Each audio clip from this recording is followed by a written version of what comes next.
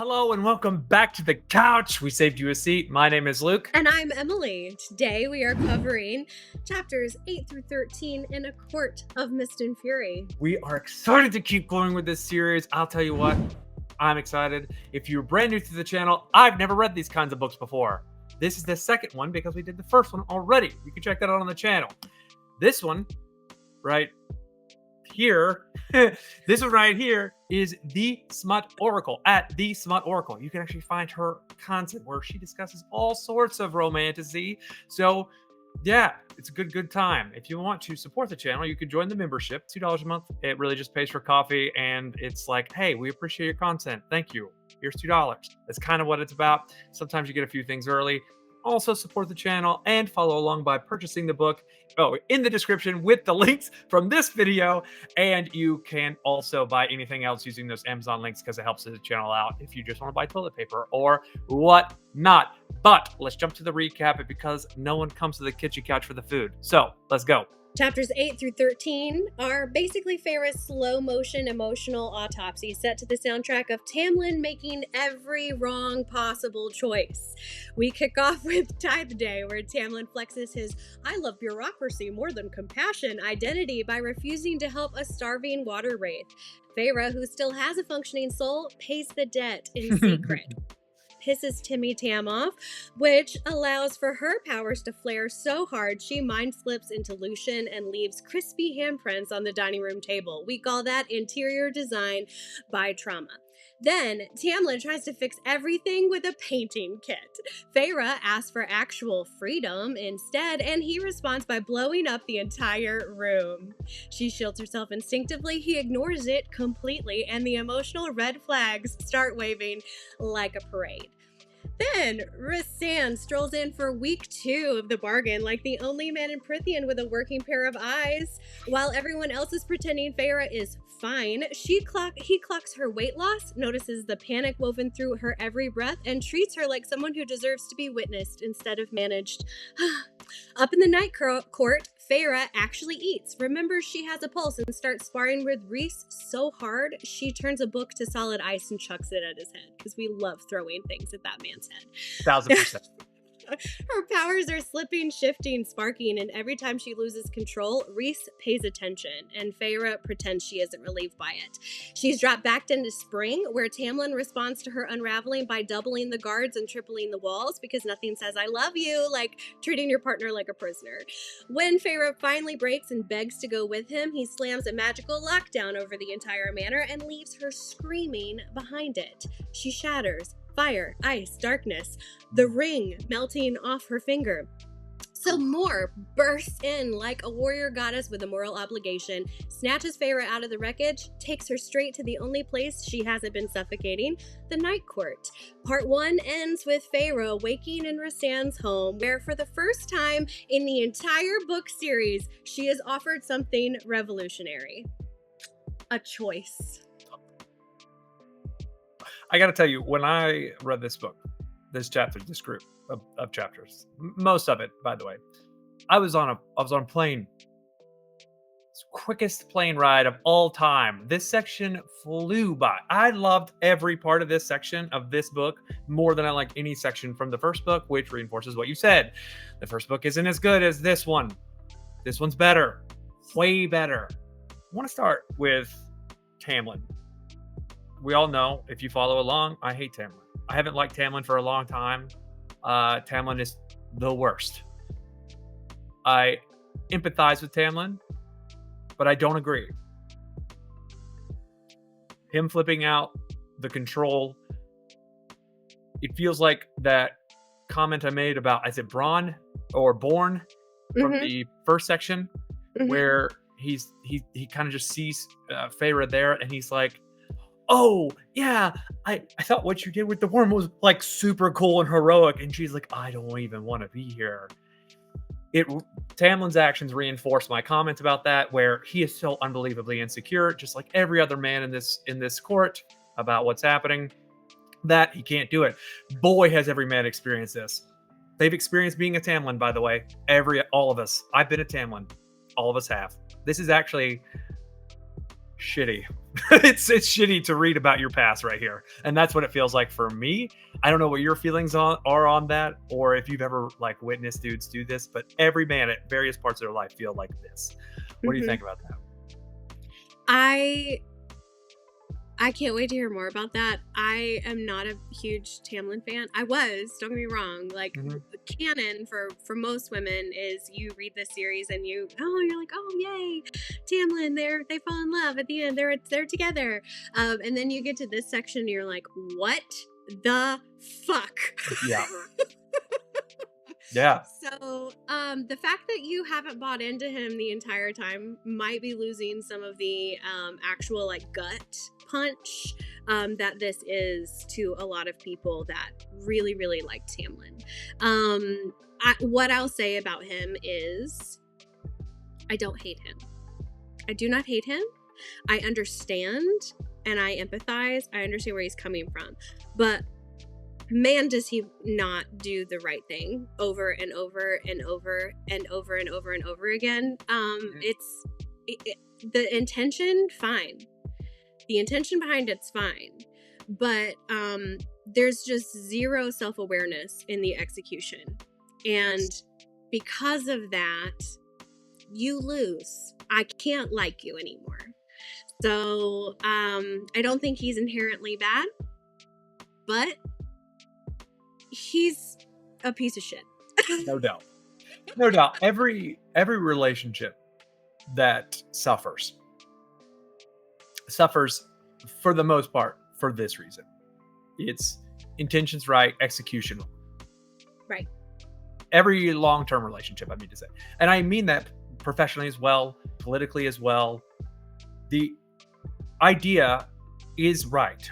This is correct and good, and you're put in that position because you have that thought and you can execute on that thought to succeed, but the execution's wrong. And I can't tell you how, like, the plane almost wrecked, almost dropped right out of the sky when I read the paint kit. My eyeballs were like all as far back in my head as I could make that. I was like, oh God, what? I mean, damn, what a terrible decision. What a swing and a miss. It's that same comment of, I thought what you did with the word was so courageous. It's like, boy. Yeah. It's been Thanksgiving, by the way. Happy Thanksgiving to all. If you don't celebrate Thanksgiving, we're thankful you're here.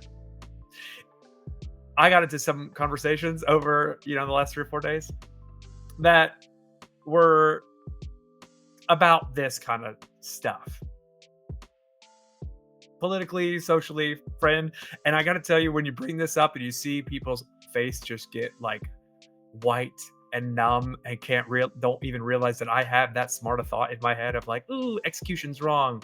How about education before restriction? Every time. Education before restriction every time. And that's what's happening here. She's being restricted. She's not being educated on her powers. Her powers is cool, by the way. What a cool thing. What a cool thing. Which one is your favorite so far? I'm sorry. That's a loaded question. That's a loaded question. So we've seen 3, right? 3, the shields, the transformation, the mind thing, and then she's got some sort of elemental stuff, right? So 4? That's we've seen. The 2. So to me, those are obvious. So out of those 4, I'll ask you, which are your favorite? Well, I love a mind situation. That's always going to be my favorite of everything, because I just constantly want to know like what people are thinking and why, because I think that makes I love understanding people. I love facts more than anything in the world. I love facts. So to be able to know anything I want to know and be able to root around and figure out really how people are and why they are the way they are, that's very appealing to me. Yeah, I think it would be interesting for her to mind meld with Tamlin to understand what is the motivation here for this restriction. I hope that happens. It might not happen. And if it doesn't happen, I'm okay with it. But regardless, my favorite is the shield. The shield. But go ahead. The air shield thing. Yeah, it's so cool. I think she knows because she says, I mean, she can see it. He's like, protect, protect, protect, protect, protect. So it's like she kind of sees, she knows where he's coming from. Fair point. And so I don't know that that's gonna, it doesn't help clearly because she makes a choice at the end of these chapters.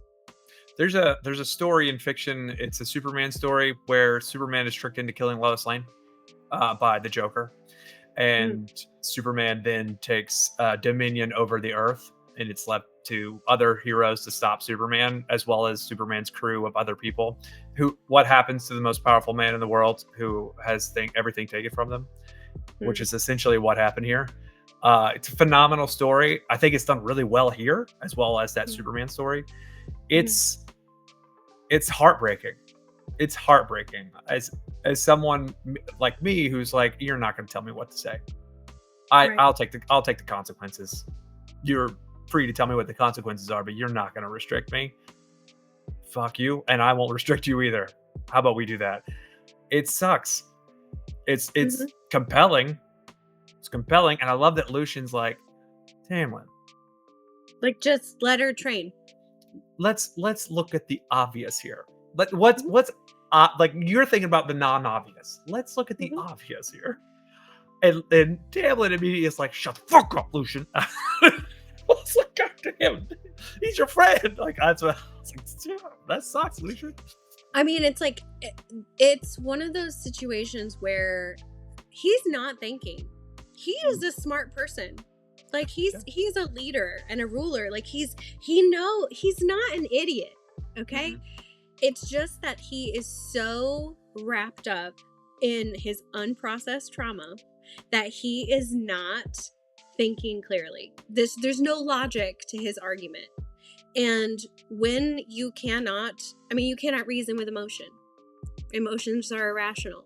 So I think that it is the right choice that everyone makes to question, why are you doing this? Why can't I do that?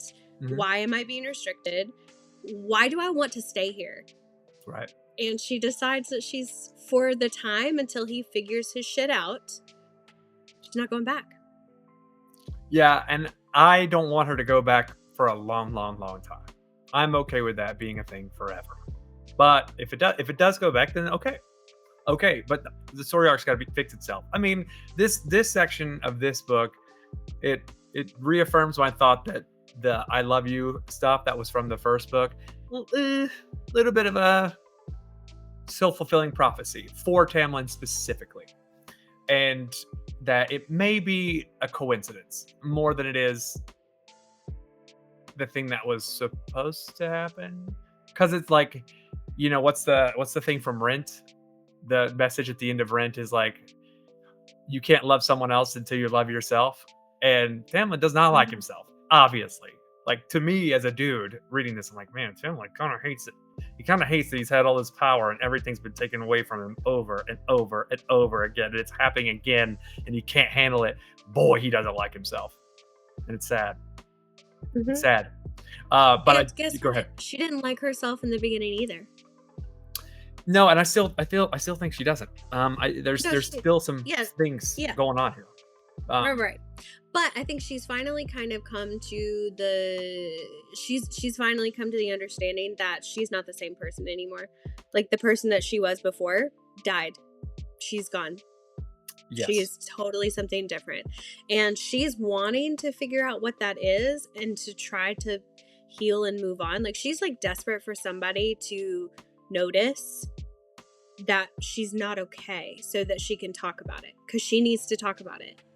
Trauma's phenomenal. Trauma's a phenomenal thing to witness, to be a part of, and to accept, and going through grief. It's, you know, there's studies that are done about people who would maybe, like, let's say like a soldier who's had to do, you know, the ultimate thing and, you know, kill someone else. There are stories about, you know, family members who die, or horrible breakups that happen out of nowhere, and you're then a different person.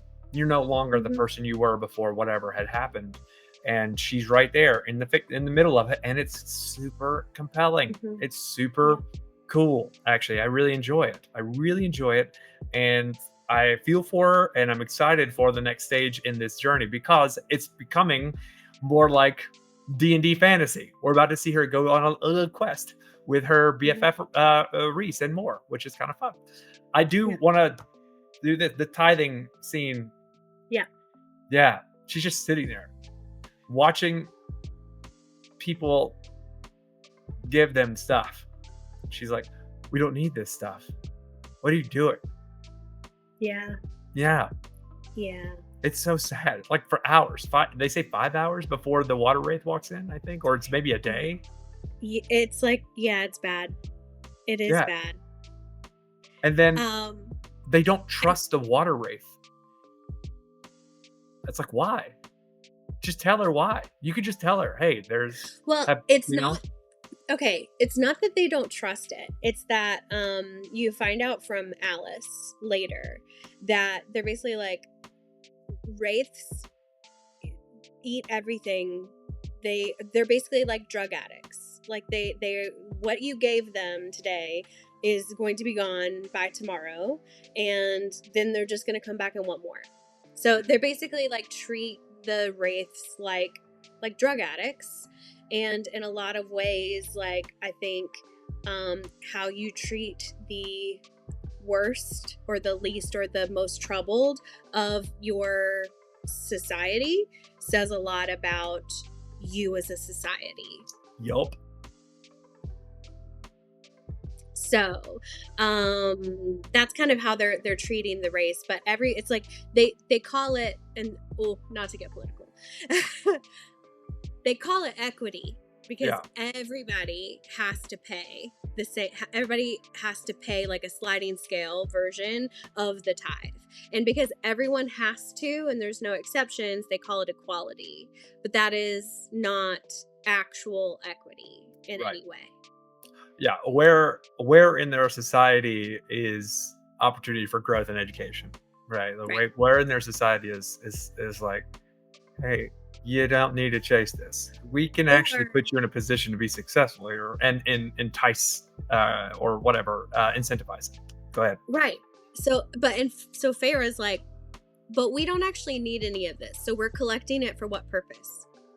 Like, one thing if we're collecting it to then like support the people or to but can you explain why? Because maybe the reason why I like Feyre is because she's a white girl. I'm a white girl too. I can't tell you how much trouble I've gotten into or arguments that I've started in all different areas of my life because I genuinely just need to know why. And so she's like, but why? What are we doing here? And he's like, this is how my daddy did it. This is how my granddaddy did it. This is how my daddy did it. And this, once I knock you up, Miss Barefoot and Pregnant, because it's the only thing that you're good for in this kingdom, my son will also do it the same way. And I'm like, that hurt my feelings. Listen, if my lady boner for Tamlin had not already deflated before that. It's just so shitty. It's so shitty. Oh,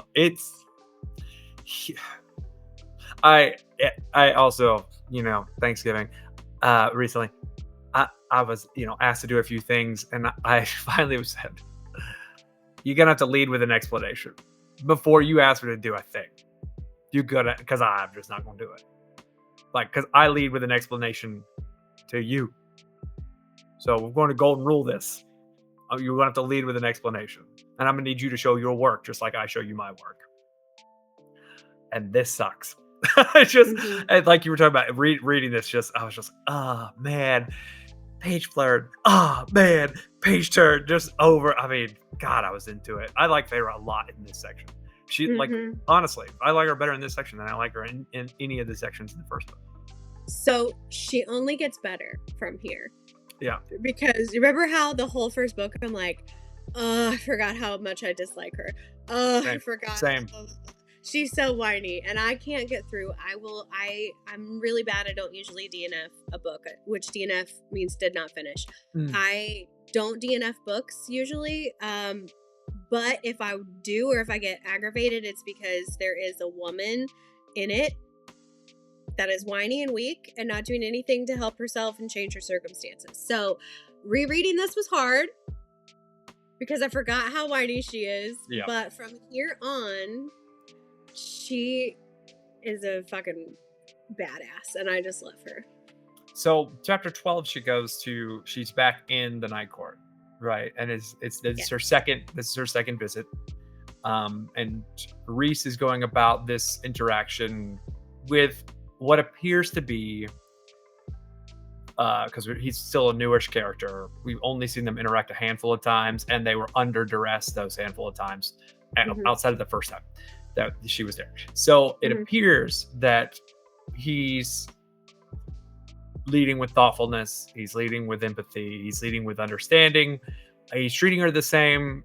I think he kind of knows that her powers they manifest initially, at least, under some sort of duress. So he still creates those moments where they trigger, but not so much like Tamlin did, but they trigger in order to.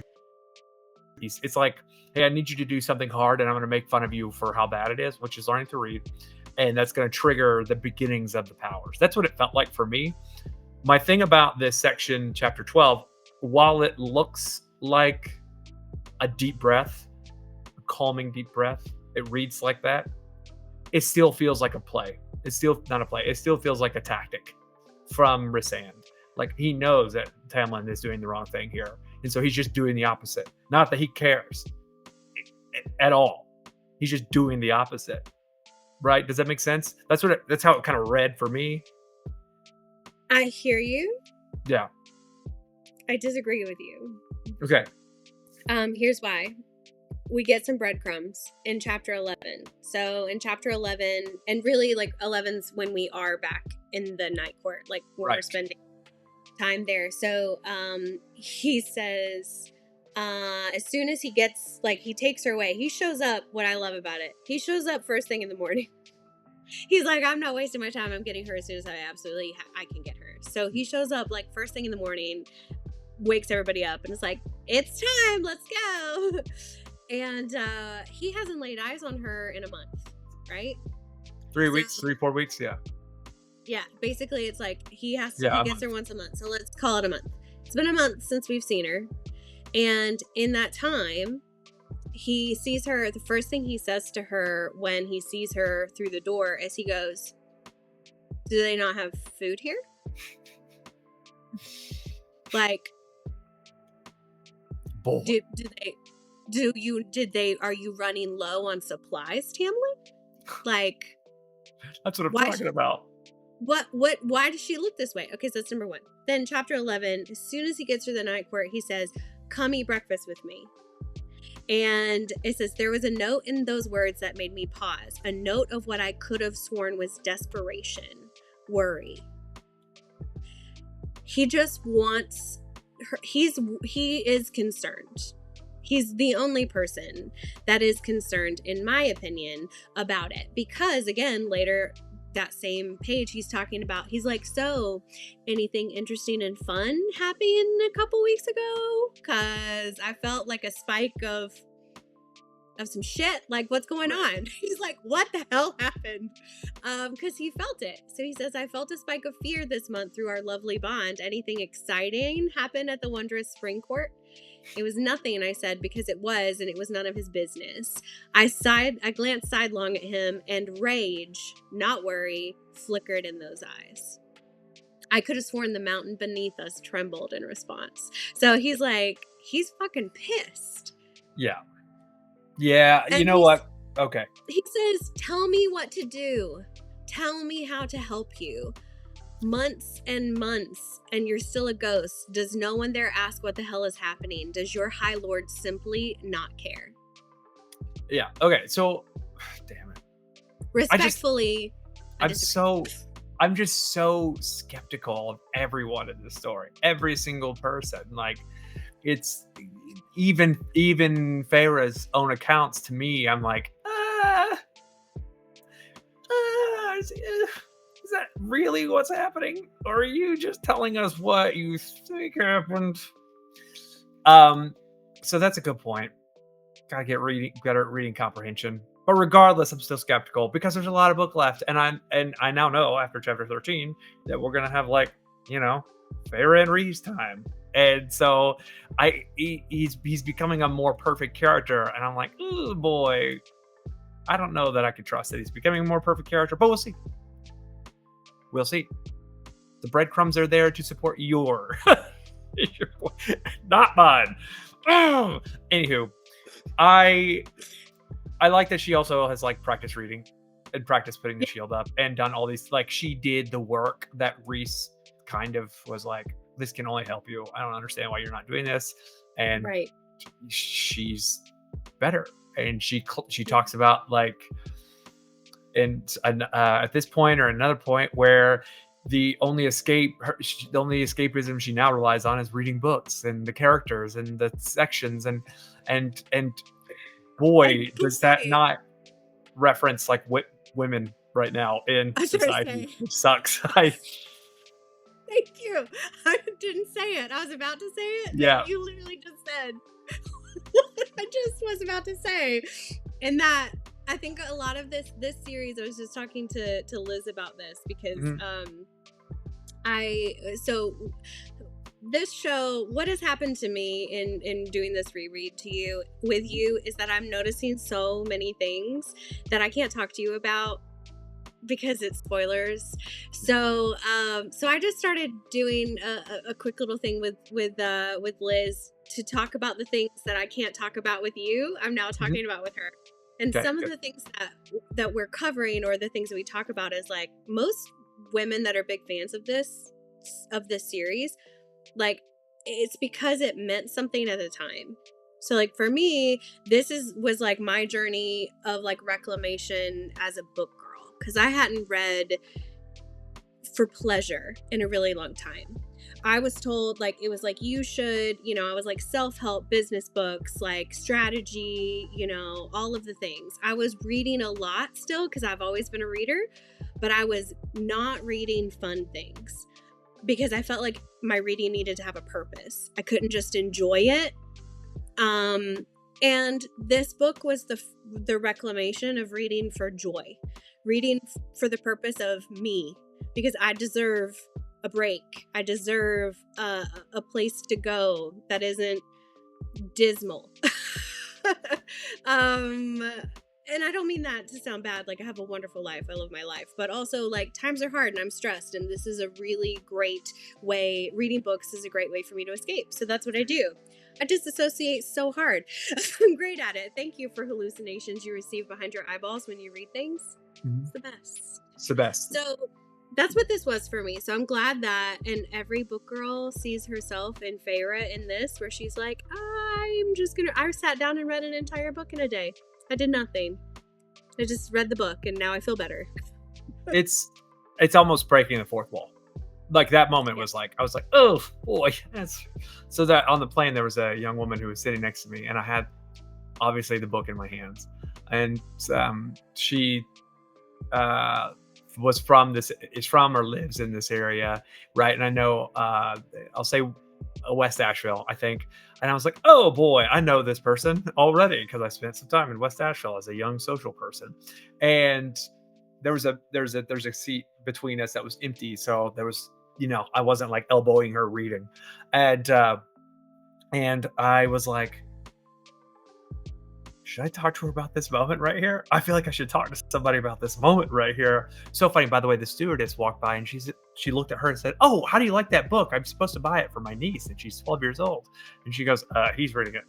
And she's like, oh, it was like this really funny moment. Yeah. Oh my God. You need to tell them, no, I wish you could go back in time and tell them not to buy this for a 12-year-old. Yeah, I told her. I was like, there's some smutty moments, but also everything that's as intense, that would be as intense as that, like violence, is written that intensely. So just for fair warning, everything that is that intense is written that intense. It's not just like, oh, this one thing that's, rated X per se is intense, and then the fighting is, the fighting is also violent. The violence is just the same level. Anyway, it was just one of these really funny moments. They're like, and I told them, we're doing this thing, and they're like, we're gonna look you up from your seat and find. And I was like, great. So if you're watching this, shout out. Anywho, Can I just pause and say this will be totally off topic, but just because this is like wing woman space.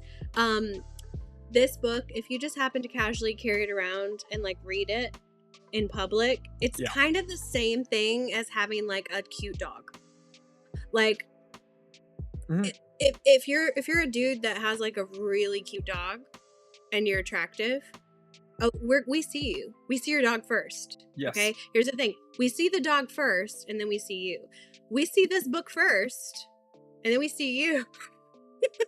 So I for sure have noticed a slight change in attention when carrying this book, and I'll read while walking to the gym. It's like 30 minutes. It's a 30-minute walk, and I'll read a couple of pages.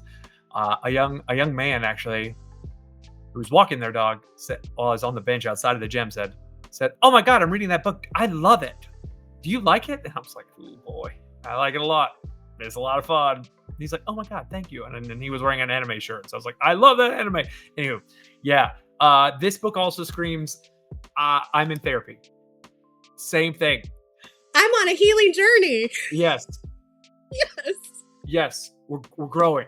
We're growing here with this. But the dog reference is also accurate. I do want to jump back into this, by the way. We're moving on to chapter 12. Chapter 12 kind of was awesome. The rubber met the road here. We got some really, really, really fantastical moments here. Their second interrogation, and she's like, "What? What? I didn't do anything wrong." Like they're treating her like a villain. And she's like, I just sat around and read every day. I don't know what I worked on people not entering my mind. That's about it. Ate food. That was it. And then I came back here. And then the complete and utter flip out, and God, I loved it. Warranted, by the way. Warranted flip out. Just take me with you. They're like, "No, stay in your room, bitch." And she's like, "Call me a bitch one more time." And then she left. That's all I really have, but it was awesome. We don't know exactly what happened, but she basically she had like a meltdown for sure. So she had wrapped herself into darkness, and she freaked the fuck out of everybody. Nobody knew what to do. I shouldn't say nobody, because really no one was around, because she's isolated all of the time. Isolation is like a weapon in the Spring Court. And so the only person that really knew what was happening was Alice. And Alice was like, "Yeah, take care of her, because this is what is this? What is this? Why are we doing this?" So Moore went and got her, and the fact was she had to walk in on her own 2 feet and carry her out on her own 2 feet. Rhys couldn't have anything to do with it, other than he did like crack open the eggshell around her, but that was basically that. There's a point in this too where they're talking about politics with regard to their treatment of Feyre as well. Like they're talking about politics, globally. And this goes back to the I understand how you came to this decision. I don't agree, but I understand. Maybe don't make these decisions. I hate how weak Tamlin thinks of Feyre. I hate it. It actually bothers me a lot. From a self-esteem point of view. I hate it. He's referencing himself in his decision making rather than doing it case by case. I often talk with friends and family about like, it's so interesting to see my brother who's a father and has 3 children, and the way he raises his kids versus how some of my friends raise their kids. And it's so interesting to see him like not treat his kids like he would like to be raised. He treats his kids like they need to be raised, and they're not the same. and it's they have like a certain level of freedom, and they have a certain level of restriction, and they have a certain level of education, but it's for them. It's not because it happened to him. It's for them. And not everybody's parents that way. Not everybody protects that way. And it goes back to that thing of, this is how we always used to do it, so this is how we're going to do it, and blah blah blah blah blah blah blah. And that's pretty much the tone of this section. And she's like, I'm not dainty, I am a dog. And Frick flips out. And it's warranted. It's warranted. Yeah. And I'll say, like I said, I'm liking Feyre a lot more in this effort. This was the moment where I was just like, great, yes, let's make the world bigger. Let's make the world a whole lot bigger. The world is about to be actually a whole lot bigger. So let's get to also. I'd love to have a hot chick just come pick me up and take me, like the hottest, most attractive female that's ever lived, essentially. I'd love for her to be like, I'm having a really, really bad day. And she's like, I got you. And it's just like, I'll take care of you. God, that would be cool. Please make if you're watching, let's manifest that together. If I'm having a really tough day, just tall, attractive, let's make that happen. Anyway, chapter 13. So chapter 13, we're sorry, I thought that was funny.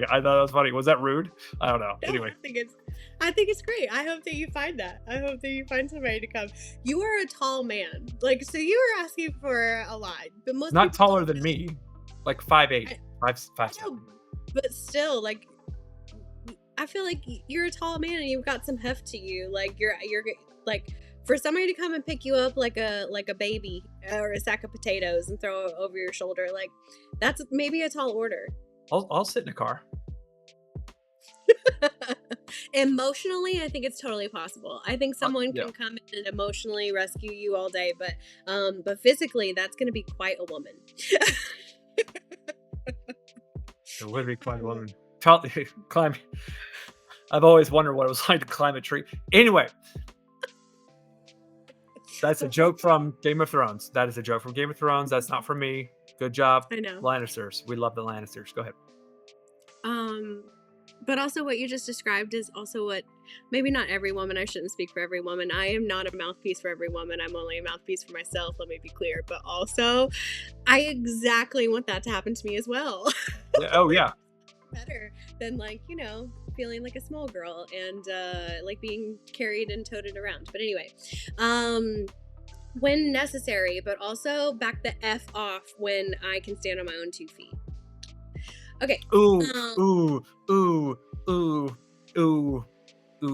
There was a part of me, by the way, so sorry. There was a part of me while reading this where all this was happening, and at the same time I was thinking about what you just said, and I was like, boy, mind reading would be awesome if I knew exactly how much, hey, today's a day where you need to be swept off your feet, instead of, hey, I need you to be an independent, thoughtful woman and take care of your own shit today. But it would be great if I could mind read for that anyway. Wouldn't that be nice? Well, that's what the expectation is. So I'm just meeting an expectation. Anyway, go ahead. The expectation is... The expectation is mind reading. It sucks. I can't tell you how many times I was just like, oh, what are you talking about? I get it. Yesterday you were such a strong, independent person, and it was so cool to hang out with you. And now it's like, I'm making a burrito with a blanket, and you are the innards, and you just need to be on the couch and not be anyway.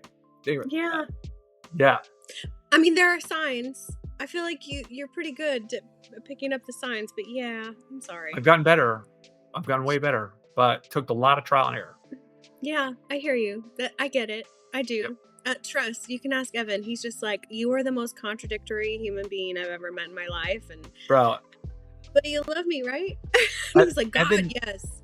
Evan's the man. I will also be upfront that I don't know that I've ever, like, if there's an archetype for girlfriends, I've never really dated like the cheerleader. I don't know what that's like. So I could just be missing out on a whole bite of the sandwich that I've just never, could be just like, oh, those girls are out there that they communicate and they support you, and never dated that girl. So I don't know what that is, but I mean, I hope that you find one. I don't know that they're Oh. necessarily. Oh, and I get what you mean about like. I just don't know what that is. I don't know. Yeah, to be there, to be your support and all the things. Like, yeah, I feel like that's pretty bare minimum. I just don't know what that's like. I don't know what that's like. So. Well, what we're saying is he's still single, ladies, and okay. All right, let's move it. Anyway, I need to go shoot a gun. And fight a guy. Sorry, I need to go do tough stuff. Go ahead. This is tough stuff. It's hard. Very tough stuff. What you just talked about was just traits that are considered masculine, but are no more tough than, healing yourself. Anyhow, moving into chapter 13, we are met with, and I don't want to skip it because it's a big deal. It's the first time that she really gets to make a choice for herself. So she's like, I don't know what to do. I don't have anywhere else to go. I don't know what we're doing here. And Rhys says, I made you an offer when you first came here. Help me. And food, shelter, clothing, all of it is yours. I'd been a beggar in the past, the thought of doing it now. He said, work for me.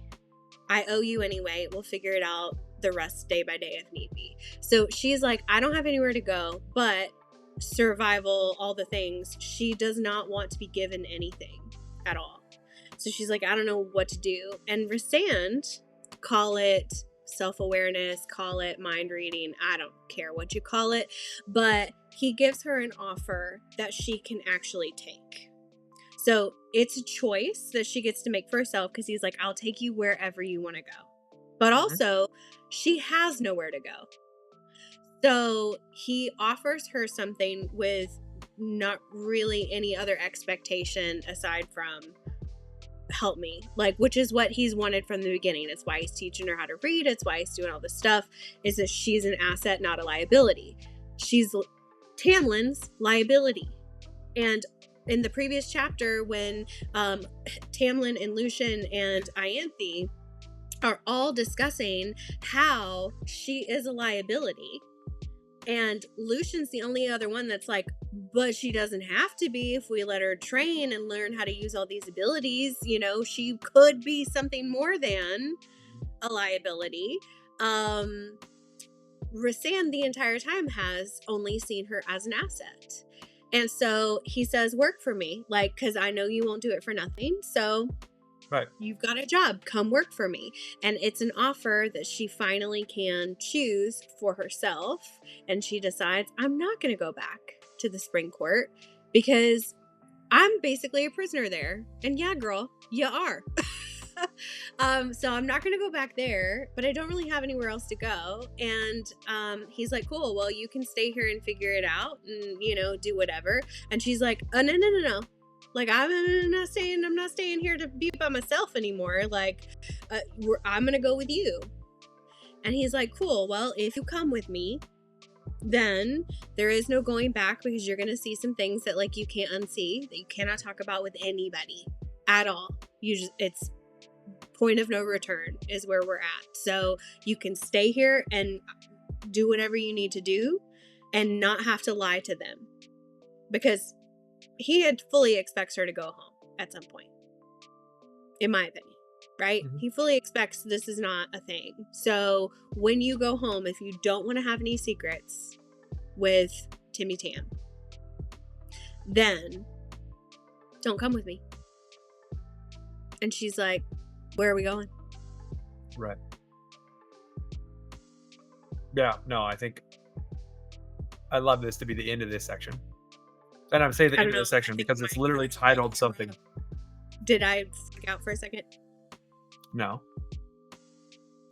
At least I don't think so. I think my video feed is right here, and I've not been looking at it at all. Okay, cool. Yeah, we'll see. I love that this is the end of this section. This decision is the end of this section. It makes sense. It's thoughtful. I have great breakdown, by the way. Great. It's very reminiscent of the, I don't know, 5th or 6th or 7th chapter in the first book, where Tamlin and Lucien are like, you can't go home, but you can do whatever else you want. Right? Obviously, they were lying to her. They weren't telling her the absolute truth, because of course they wouldn't just let her wander off. But this is like the college version. If that's the high school version, this is like the college version. This is like, hey,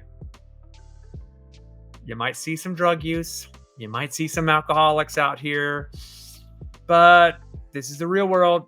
We're about to go see some real world shit. And also, it's my real world shit, and you can't tell anybody because it's not theirs to know. Right, because what do we know about the Night Court? Nothing. We don't know a lot of things about the Night Court because nobody that goes in comes out unchanged or without some memory issues or whatever else. So, like, yeah, we also know, knows what's going on. We do know that it's self-sustaining. We do know that he's built there's a society that he's the ruler of, that it more or less takes care of itself. We do know that it could work without him needing to be there, but he just happens to be the leader, right? I mean, I think was that, am I wrong? What are you grinning at? Because something's happened, and it has happened, and it says it in this chapter, so you know that things have happened, but you're not quite fully understanding yet. And you will in the next set of chapters. We're going to Velaris. So Velaris is the city of Starlight. Cool name, by the way. I'm a huge fan of that name and the city of Starlight. Yeah, I want to go too. Yeah, everybody does. I want to live in Velaris. I don't know why I'm here. Okay. And on Earth. Come on, I want to live on in Velaris. Jeez. But yes, so let's see where he says it. He says, okay, he says, I have business in another part of my lands. I'll be back by the end of the week. And then she's like, no, come with me. You need rest. And she's like, nah, I'm good. And that's when he was like, if you come with me, you can't go back. Because this is like, so people have seen the hewn city, the city under the mountain. People have seen that. People have come to that. People have seen, that's why people, I mean, Amarantha had been there. That's why she modeled Under the Mountain on that, right? Right. This is the part that nobody sees. This that she's about to go to. So Velaris is something that no one knows what to expect there. So part of me, because we're music theater people, you know what I think about for this is cabaret. Why? Just because I was raised at a place where you didn't talk about how, like, you know, in the play Cabaret, they openly admit that the first territory the Nazis actually invaded was Germany, and then it was Poland, right? And so the part of that story is that it's at the very beginning. People go and see Cabaret and think it's going to be goofy and fun and a laugh, right? Cabaret is not a goofy, fun, laugh story. There's a lot of, so like, my thought is that it's like, Velaris is like the red light district. It's going to be kind of like socially and politically liberal. It's going to be stuff like people can just do whatever the hell they want, and they can live their own life and be their own person, and they don't they maybe adhere to some rules. That's what I'm thinking about, you know. And politically, we can talk about Cabaret and World War II some other time, but that's what I'm thinking. Like, this place is so the diametric opposite of the Spring Kingdom, or the Spring Court, which is where we were before, which is this like Disney, like sunshine and rainbows kind of spot, you know, where the animals talk.